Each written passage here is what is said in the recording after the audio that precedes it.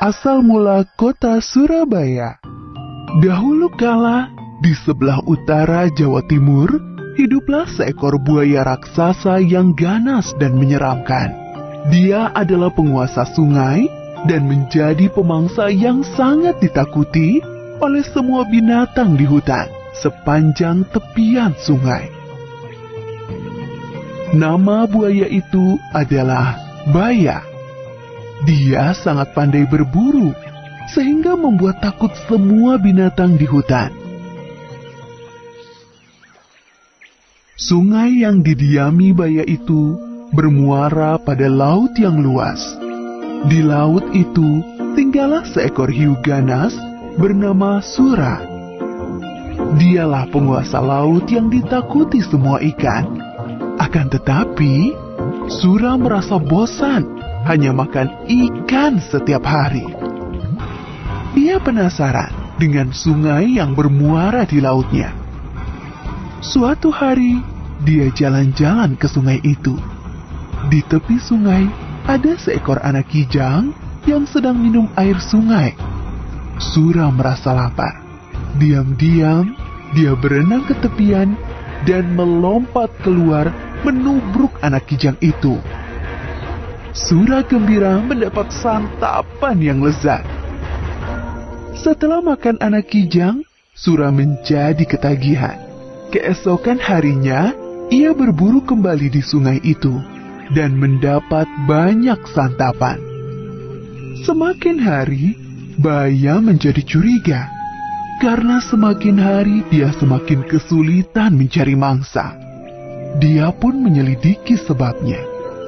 Saat melihat Sura menangkap seekor anak monyet berenang di sungai, Baya marah. Baya menjadi marah. Hai Sura, apa yang kau lakukan di sini? Ini daerah kekuasaanku. Beraninya kamu merebut jatah makanku. Sura tidak takut kepada Baya. Dia pun malah menantang Baya.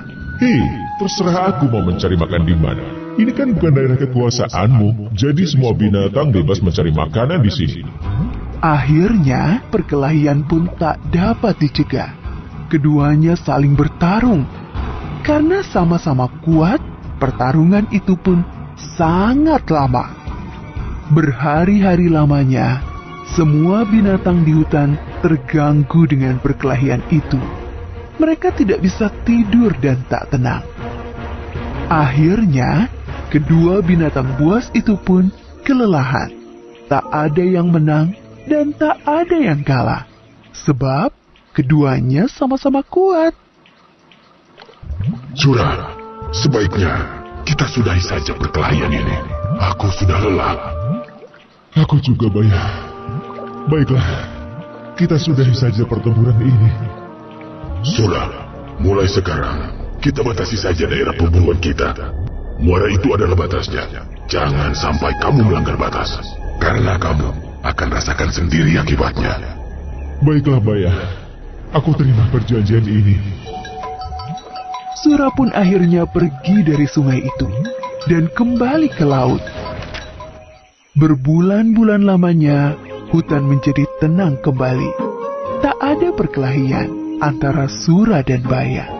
Namun, Sura merasa gelisah. Dia rindu makan daging kijang seperti dulu. Ikan-ikan yang melimpah di laut tak bisa menyembuhkan rasa laparnya. Dia tak mampu menahannya. Diam-diam, dia berenang di muara. Kalau aku mencari mangsa di muara, pasti Baya tidak akan tahu. Dia kan tinggal di dalam sana. Namun sayangnya, tak ada mangsa yang mendekat ke muara. Sura bosan menunggu. Akhirnya, dia berenang masuk ke dalam hutan. Sura senang kembali ke hutan lagi. Kali ini dia harus berhati-hati supaya tidak kepergok oleh Baya. Aku akan menangkap mangsa dan segera kubawa ke laut agar Baya tidak sempat melihatku. Rencana itu berhasil. Berbulan-bulan lamanya, Sura berburu di sungai tanpa ketahuan. Lama-lama, Baya menjadi curiga. Sebab, lagi-lagi mangsanya berkurang Meski dia tak melihat Sura di sungai ini, tapi dia yakin ini adalah ulah Sura. Pasti ini ulah si Sura. Awas kau Sura. Kemudian Baya menyiapkan rencana. Baya sengaja menangkap seekor kijang. Dia melukai kaki kijang itu agar tak bisa lari. Kijang itu diletakkan di pinggir sungai, lalu Baya bersembunyi. Sura yang berenang di sungai melihat kijang yang terluka itu. Hatinya gembira, sebab kijang itu gemuk. Wah, beruntungnya aku hari ini. Aku mendapat makanan gemuk. Nah. Ketika dia hendak membawa kijang itu ke laut, tapi tiba-tiba Baya datang menghadangnya. Hei, kamu ini memang bandel dan tak tahu malu Sura. Serakah sekali kamu. Bayangkan, ikan-ikan di lautmu melimpah, tapi kamu malah berburu di tempatku. Hei Baya, kalau kau mau, kau bisa saja berburu ikan di laut. Aku tidak melarangmu. Mana doyan aku dengan ikan, apalagi aku tak tahan dengan air laut. Ya sudah kalau kau tidak mau. Yang penting aku sudah menawarkan kepadamu. Sura dengan enteng menjawab lalu bersiap menyeret kijang itu ke laut. Baya semakin marah, lalu menyerang Sura. Hei, mau kamu bawa kemana kijang itu? Ya ke laut lah, akan aku makan di sana. Bawa ke sini kijangnya. Tadi aku yang menangkapnya untuk menjebakmu. Enak saja. Salah sendiri kalau tidak makan kijangnya. Kamu lupa dengan perjanjian kita? Sungai ini adalah daerah kekuasaanku. Di mana ada air, di situ ada aku. Perjanjian kita itu konyol sekali. Ya sudah, kalau begitu perjanjian kita batal. Sekarang, siapa yang kuat berhak atas daerah ini. Akhirnya Baya menyerang Sura.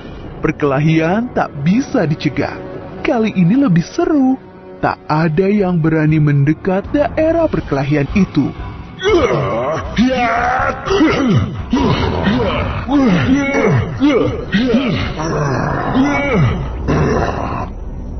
Sura selalu berkelit. Baya menjadi jengkel. Saat Sura lengah, Baya berhasil menggigit ekornya. Aduh, ekorku! Sura tak mau kalah. Keduanya sama-sama kesakitan dan terluka parah.